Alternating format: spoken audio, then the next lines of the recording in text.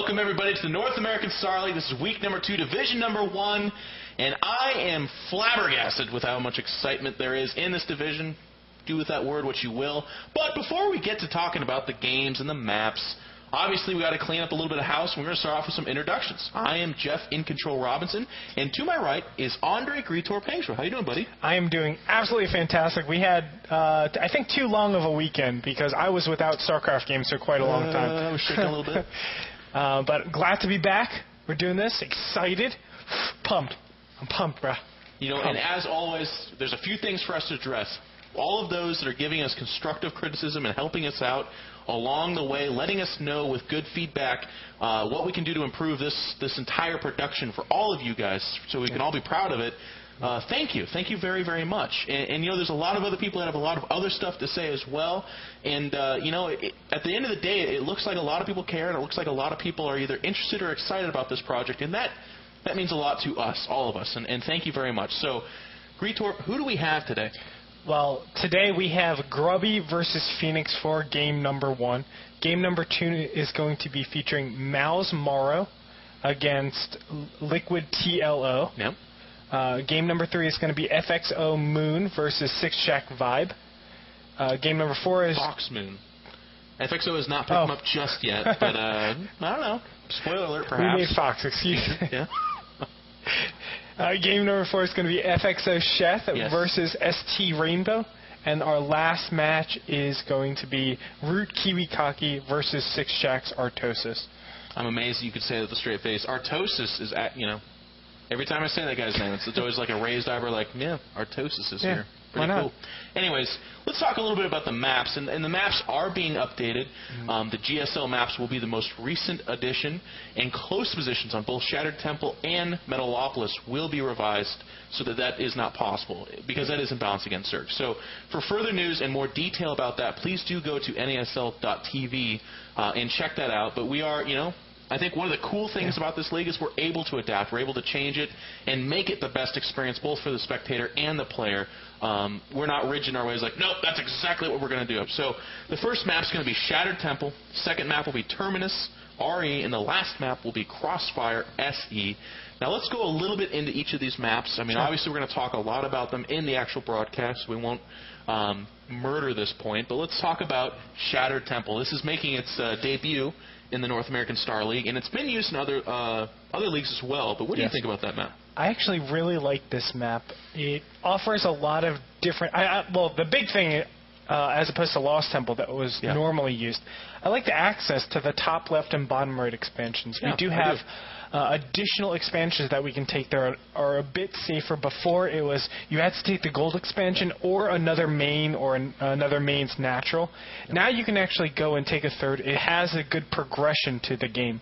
So in terms of that, and the fact that hopefully soon it'll be such that we don't have close spawn positions, I think it's going to make for some excellent macro games going into it. Yeah, and that's actually a really good point. We're waiting on hearing back from all the leaders of all the teams. I want to just clarify that point real quick before we change the maps, because there have been people practicing even the outdated maps. So if they're not implemented in today's play day, they will be soon. Obviously, there's like a weird time thing because I'm actually speaking to you from the past. Well, don't eat that pasta. But they will be updated, hopefully sooner rather than later. But we got to wait back and hear from all the leaders. It's a bit of a red tape democracy in that way. But it wouldn't make sense to switch all the maps without everyone's consent, and then it's like, oh, you didn't get the memo. You know, that would be problems in and of itself as well. So we're moving as fast as we can. But more on the Shattered Temple. I agree with you. I think the expansions being accessible by Destructible Rock is super fantastic. The island expansions were pretty much like Terran and almost Protoss favored, although War Prisms are kind of rare.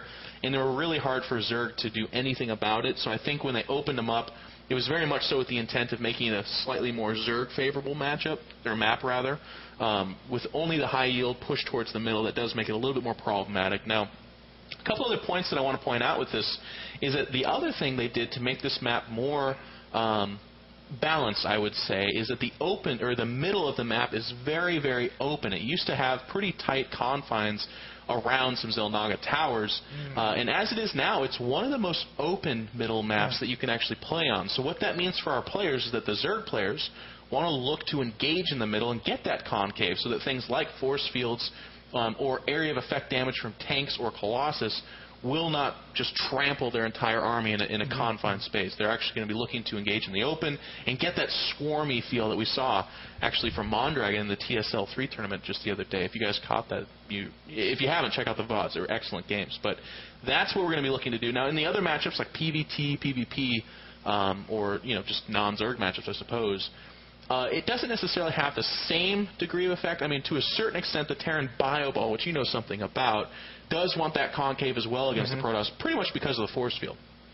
Yeah, it's going to lend itself more to that. We're not going to see so many tanks or Thors just because of the mobility issue and the ability to get that concave. It doesn't play that big of a role because actually for Terran, it's much harder to get a concave than it is, even if it's a very wide map. Just having that huge arc, you have to have, well, first off, the Protoss ball or the Zerg ball has to be in one position, and they can't move for us to get that huge arc for us, Terran. Also, a little bit of a solidarity. Boom! I use it correctly. I'm a learning robot. Thank you very much. Good job, yeah. I'd like to thank my mother and the internet. Mother's pretty nice woman. I met her. Easy on the mother. Okay, she's my mom. I just said she was a very nice woman. Well, I knew what you were actually saying.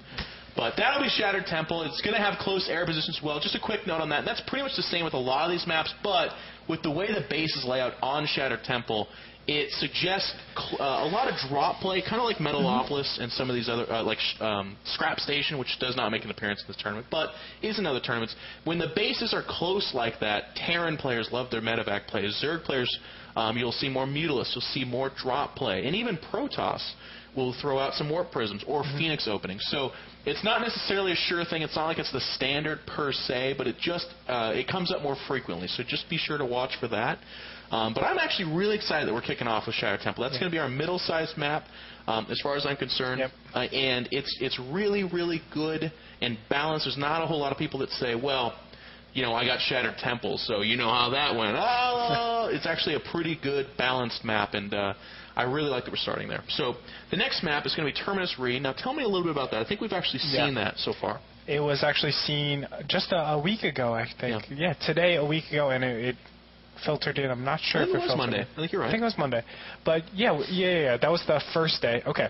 So Terminus Re is our slightly larger map, I would say, for today's map pool.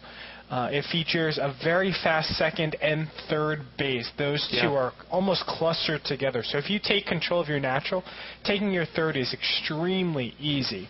And that lends itself. That's the reason why we see a lot of, I want to say endgame, but really it isn't endgame. It's just strong mid-game timings. Yeah, actually right, And we can see a lot of progressions. It could be either the players just take their fourth really fast off of that, get that huge mass, just push out a little bit, take your fourth, and then you're definitely playing for endgame. Or we've seen just high aggression off the three base. Some of the games that come to mind are the Artosis versus Chef games, where Artosis just went to three base and played just high aggressive, but he wasn't able to hold on, unfortunately. But, there's a lot of different styles, but it always leads to a more macro style, the economic style of the game. Well, I think this map eggs it on, with that third literally right behind the natural, very much so defense. If you defend the natural, you're defending the third almost simultaneously. There is raised ground above the third, but actually there's a gap too, so you have to have like a medevac or some flying that has to get to that base. But I really feel like it does encourage that. Now, the other thing that this is week number 2, so we can actually talk about some of the appearances we saw in here. This map produced exciting games. TLO versus Vibe comes to mind.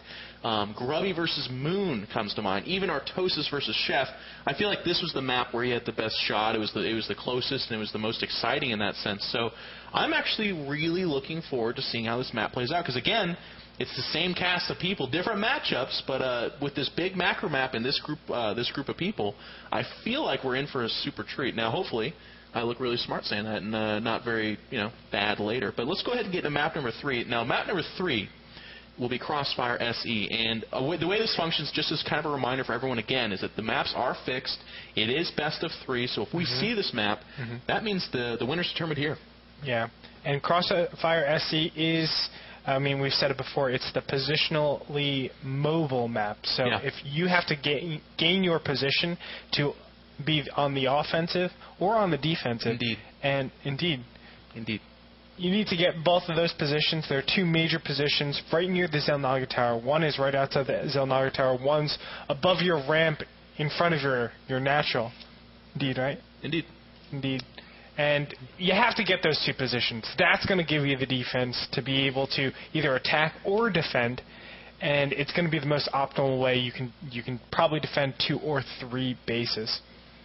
Yeah, this is one of the. I would say this is one of the more predictable maps in a lot of ways. I mean, a lot of people might remember last week when I played OGS and Snare on here. I went into it saying I know exactly what he's going to do. Indeed. And when you face a Protoss on this map, you can pretty much say I know exactly what they're going to do. This is a very big tank marine map. This is a very big Colossus map. And a lot of people are saying, what is it for Zerg at control? What is it? It's nothing. It's really it's a tough map for Zerg because there's so many confined spaces. There's so many raised grounds that kind of favor siege tactics, which would be the Protoss Death Ball. It would be the tank marine style, which again, very prevalent in TVZ. Now, is this like the most imbalanced map for Zerg? Is this just a ridiculous graveyard for them? No, absolutely not. There are cool things they can do here. Lots of expansions, lots of exposed expansions, which is good for the Zerg player. And there are fairly open areas to each main, kind of mid-right of each main. There's this big platform, this big plateau that faces the high yield, the third, and it goes into the net. It's basically the access point for the entire map. And that's actually fairly wide open. It's good for a concave there, but even so, it actually favors the person that's on that platform because the opponent has to go up a ramp. So you can achieve a concave and have a bit of a choke effect on your aggressor. So this map definitely has hope for Zerg, but it is important to note that it's bad. I do want to see, one thing out of Zergs I would like to see is Zergling Baneling busts in the early 1-base, 2-base type of play. So Protoss or Zerg, or Protoss or Terran need to really just get ready for that Baneling bust because it's such a huge natural. There's no reason for them not to be. And just threaten that, get a little bit of head, and hopefully they can get Infestors or something to be able to deal with the Marine Tank Ball or... there are different ways for them to go about that. But I hope we can see, I mean, Moman definitely showed us that it's not impossible to win. No, he played brilliantly. And I would like to see more of that. Again, I hate to necessarily plug Monterey, who's not, unfortunately he's not a part of this league. But he played such a swarmy, awesome style.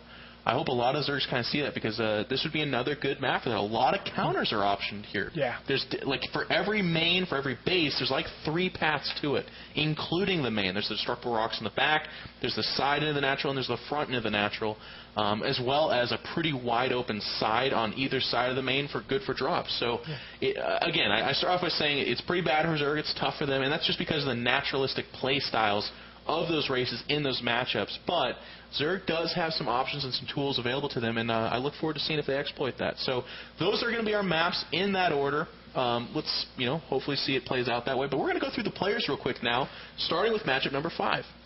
All right, so matchup number 5, we have Root Kiwikaki going up against 6 Jacks Artosis. It's going to be a PvP. And both players are 0-1. Important to note. In the second week, we can start talking about their placements. But I think Artosis might be on a little bit of trouble right now. I think Kiwikaki is definitely the favored player going into this match. And Kiwikaki's PvP, I mean, it did fall to Naniwa in the recent MLG Dallas. That's the recent, the most recent, biggest tournament that he's been in. Yeah. And, his PvP looked okay.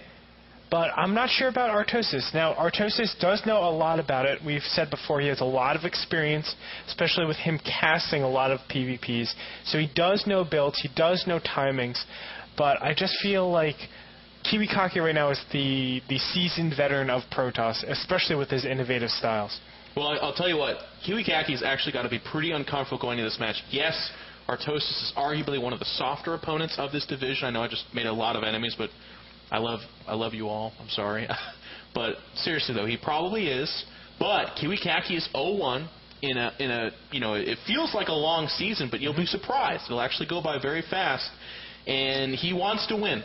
He's going in 0-1 in a PvP. Now, for people that are unfamiliar with that, there is a lot of luck factor to PvP. There's a lot of unknown variables. And no Protoss goes into a PvP and is like, oh, well, I'm totally comfortable. I should be absolutely fine. They all go in saying, I feel good. It's that speech where you just got done breaking a window with a baseball bat and a baseball, and you're like, I was at my friend's house. It's that. It has that kind of feel to it.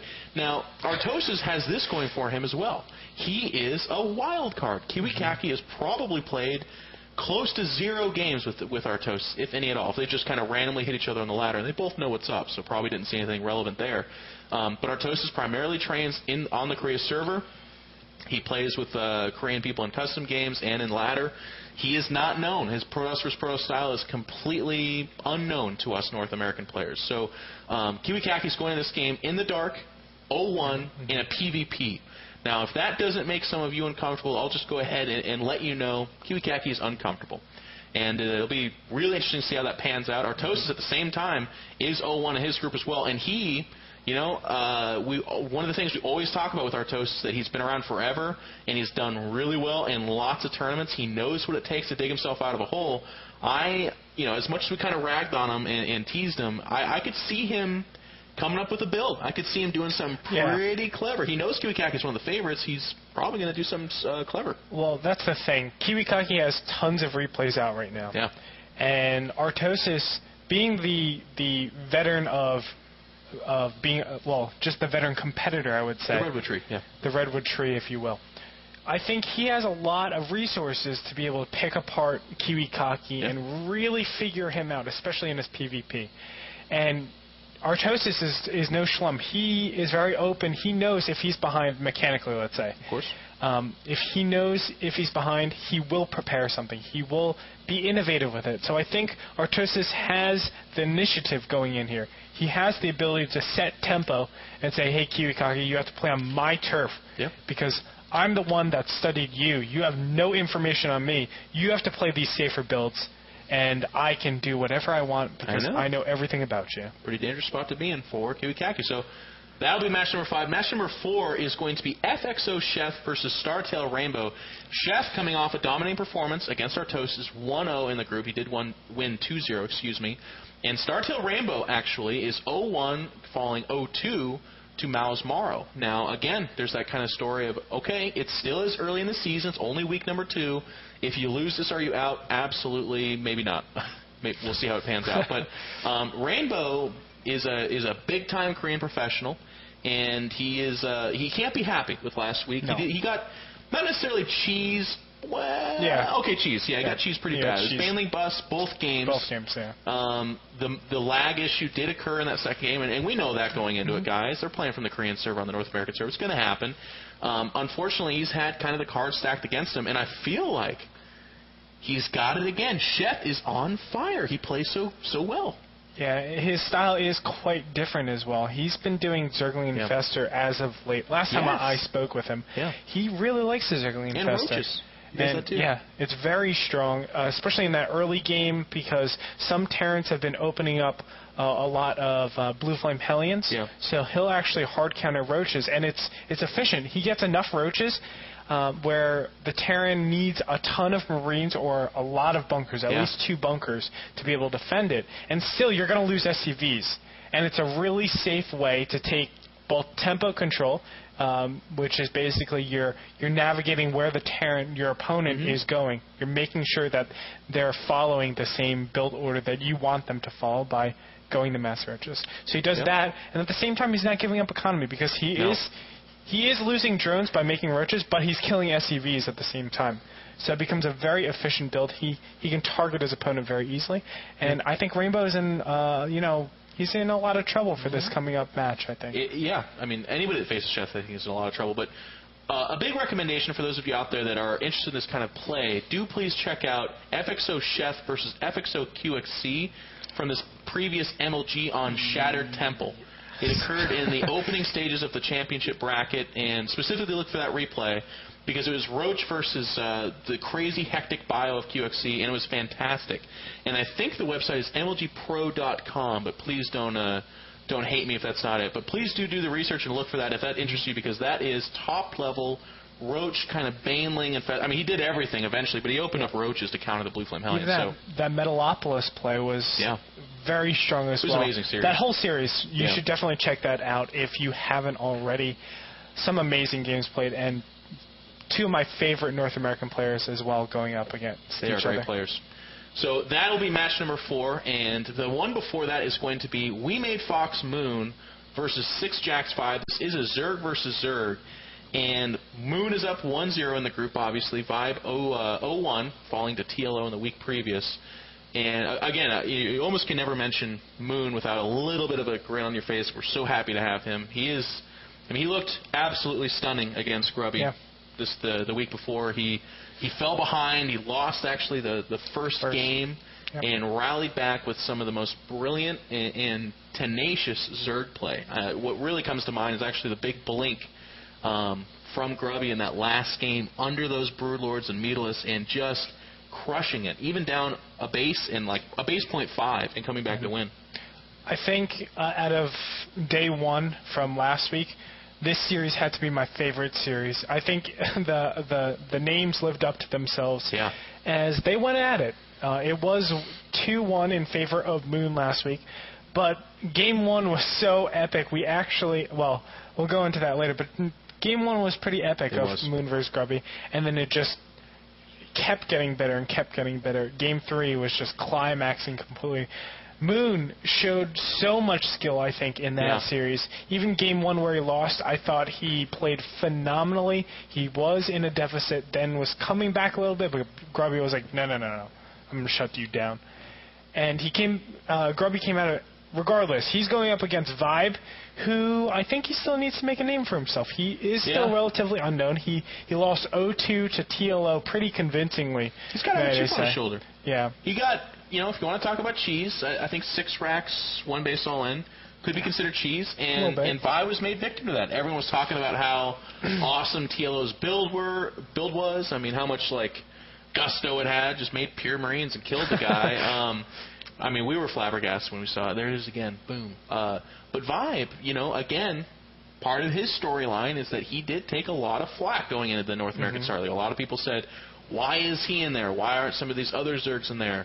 What has he done to prove himself? And I think, at MLG had a great performance, eventually falling to Liquid Tyler. And then here in the North American Star League, I know we are only in week 2, but he got outclassed by TLO. In that first game, I think TLO outplayed him from Team Liquid. And in game number 2, he was just in his head, a build order destruction. Yeah. But we do need to see more out of Vibe, and I think he's got a redeeming factor here. If there's a place to make that happen, it's going to be against Moon. You take Moon down in week number 2 in a Zerg versus Zerg, and I think people are going to start recognizing your name. That's going to be a huge statement for Vibe, and I think he knows that. I'm sure he's practicing very hard with this huge APM. I'm sure he's withered and tired a little bit, but he's sure going to make a showing with indubitably. Right? Yeah. Indeed. Now, in match number 2, and I'm really excited about this one, if I could actually... It's either this one or the first one that in my mind is the marquee matchup for the day, and that's awesome because they're the first 2, which is so cool. Mao's Morrow versus Liquid TLO. Morrow is 2-0 in this group. TLO is 2-0 in this group. I mean, they're 1-0 in series, so I guess I said that about as confusing as I possibly could. Morrow decimating Rainbow with 2 Baneling busts, and then TLO outplaying Vibe and winning game number 2, like we said, with that 6 racks shenanigans. TLO, actually, I just had a brief conversation with him on Skype, and he said, I know what's coming. I know the Banelings are coming, and he said, I actually don't usually make tanks early in TVZ, but I'll make some tanks. Pretty good, yeah, I mean, Morrow definitely loves his either Roach Baneling or Zergling Baneling busts in that early mid-game, and I'm sure we're going to see that. Morrow has been, I want to say, abusive with his style. It's really hard to hold off. It is. It's very hard. And literally, you can blink an eye and lose the game instantaneously. Well, it counters bio, which is big in TVZ. It puts pressure on expansion, so a lot of times Terrans will actually overreact and overdefend or stay turtly. Yeah. It's kind of like the, almost I want to say, Liquid Huck approach to PvT, where a lot of people are like, you're too aggressive, you throw units away, you're kind of cheesy. But his approach, as deciphered by Liquid Tyler, I've had the honor of conversing with him on this matter, he says, a lot of people point that out, but actually what it is he opens up really aggressively to feel out your opponent and kind of see what they're doing. And I feel like Morrow does that. Like, if there's blood in the water, okay, if the Terran's not taking me serious, he'll pour it on. He'll unleash the Zerglings, he'll do the Banelings. But if they're really defended, if they're really guarded, then I feel like he can back off and do a macro game with the best of us. Well, the best part about it is the Zergling Baneling or Roach Baneling, no matter what, it's going to be cost efficient. It's very, very rare that you see it not being cost efficient. It can kill units. And it's a great way. I attack, and I see the army composition. Right. I'm going to be cost efficient, so what did I get? It's an exchange of units and free information. That's advantage for Morrow right there. Right. And that's how he plays his game. That's how Huck plays his game, I would assume, too. And it's a really efficient style. I love it. MC actually plays that same way. Very similar, yeah. So I'm really looking forward to this. Actually, we do have a couple of clips. If you haven't already, check it out from last week. We do have a mini top 10, although it's like a top 2 for TLO. But check it out. This is some of TLO's play, and it's really strong. The first clip we have, well, I'll just let you just see it. It's going to be with Vibe. It's going to be going in right now. If he fell out of his chair and made a bratwurst. TLO doing another huge attack to this top position. Again, this hatchery is under attack. I don't know if it's going to be canceled or not. Ultras are going to be able to get here. Yes, it does get canceled. And one Ultralist does go down. Wow. And it does look like... He could get the other one. And he does. He could get this last one. Look at that Micro moving outside of the range of the Infestors. Focusing down that last Ultras. He will not get it, but it only has 6-7 health. And those things... So, I mean, TLO showing some exquisite micro from last week. If you haven't already, check it out. And he followed it up, as we said before. He did do the six racks marine pressure. I like that. I think what that shows. I mean, in that first game, if you guys haven't checked out those VODs, please do check it out. If you are, if you hold the HQ pass, otherwise, just kind of rely on our commentary. But he did such. He outplayed Vibe in that first game. He flat out outplayed him. We both talked about Vibe's speed, his mechanics, and all we talked about with TLO was his ingenuity and his mind play. But in that game, I saw a phenomenal TBZ mechanically. Drops. Those drops being microed, being picked up, being executed.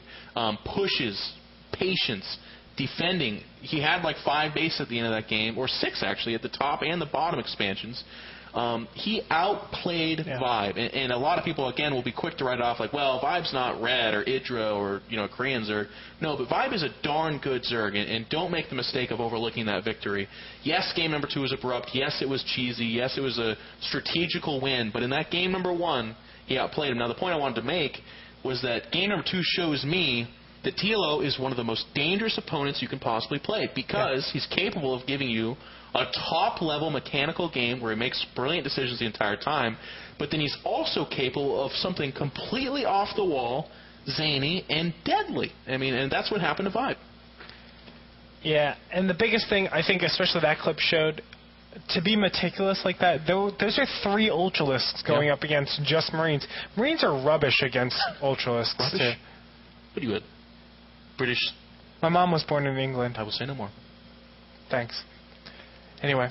Okay, well, let's go to match number 1. You made the best offers you possibly could, by the way. You're supposed to save me a little bit. Grubby from Team Grubby, so Grubby, or GG, versus Fnatic MSI Phoenix. Grubby is 0-1, and Phoenix is 1-0, taking down Kiwi Kaki. And we saw an interview with Phoenix where he actually said, above all else, he fears Kiwi Kaki. So he's actually got to be sitting pretty here. Now, a lot of people are going to be quick to look at this matchup and say, well, Grubby, he's new from Warcraft 3, he lost, and he's going against Phoenix, and Phoenix, I heard, wins a lot of tournaments, does really well. Do not overlook this matchup. Grubby played really well. Actually, if we're going to be honest here, he blew me out of the water. I was very surprised. I thought Moon would kind of just destroy him. But actually, Grubby at periods in that series should have won. And in fact, we can talk about that. But I think he's going to give Phoenix a run for his money. I thought actually Moon and Grubby were on pretty equal footing, especially on that last game. It was really epic. And it was cross positions. It's not like there was any positional imbalances or advantages. Correct. But, I had the pleasure of talking to Phoenix yesterday in a match. And I said... And first off, he was laddering, and we called each other on ladder. I was like, shouldn't you be practicing against Grubby instead? He's like, yeah, maybe. I go, are you ready? And he goes, LOL, yes. Yeah. All what right. a response, right? Team Fnatic quickly becoming the most confident team I've ever heard in my life with Polarized. The guy's like, oh, I knew I was going to win. But it's good. It's actually good to have that confidence. Yeah. I mean, okay, LOL might be a little bit brash. We'll see how that pans out. But like I said, he's sitting pretty in the group, so he's probably... Absolutely. Yeah. And after beating Kiwikaki, you feel on top of the world right now. 2-0. I mean, Kiwikaki, don't forget, Kiwikaki took out Select in the MLG Dallas run pretty convincingly, might I say. And for Phoenix... Anyone did it. I know, but then they played again in the losers. Oh, okay. In the losers, You're they right. played. And Kiwikaki probably is feeling super good about his TVP, as he's just been one of the top PVTers in all of North America and probably all over the foreign scene, I would say, as well. And Grubby is, again, if we want to talk about our Toast being a bit of a wild card, we can apply the same logic a little bit to Grubby. Now, Grubby streams a lot, so his play style is a little bit more out there. Mm-hmm. He's gotten involved in some tournaments. He's not new. I mean, he's not as old as a lot of us that played since the beginning. He did come on late, but he's been playing pretty solid for about 5 or 6 months now. And I can tell you, as an avid watcher of his stream, it's fantastic quality. Check it out if you haven't. He is on Justin TV, Grubby. He plays really well. He loves them Dark Templar. And being a former Warcraft 3 pro, played Orc, probably not too surprising. Yeah. I mean, the Blade Master, a.k.a. Dark Templar, they're both the same, do the same amount of damage, basically. But, yeah, Grubby, I haven't seen his PVT, to be honest. I haven't seen it too much, only on his stream a little bit. He does like the mid-game pressure. He does like, going that tech route off of 2-base.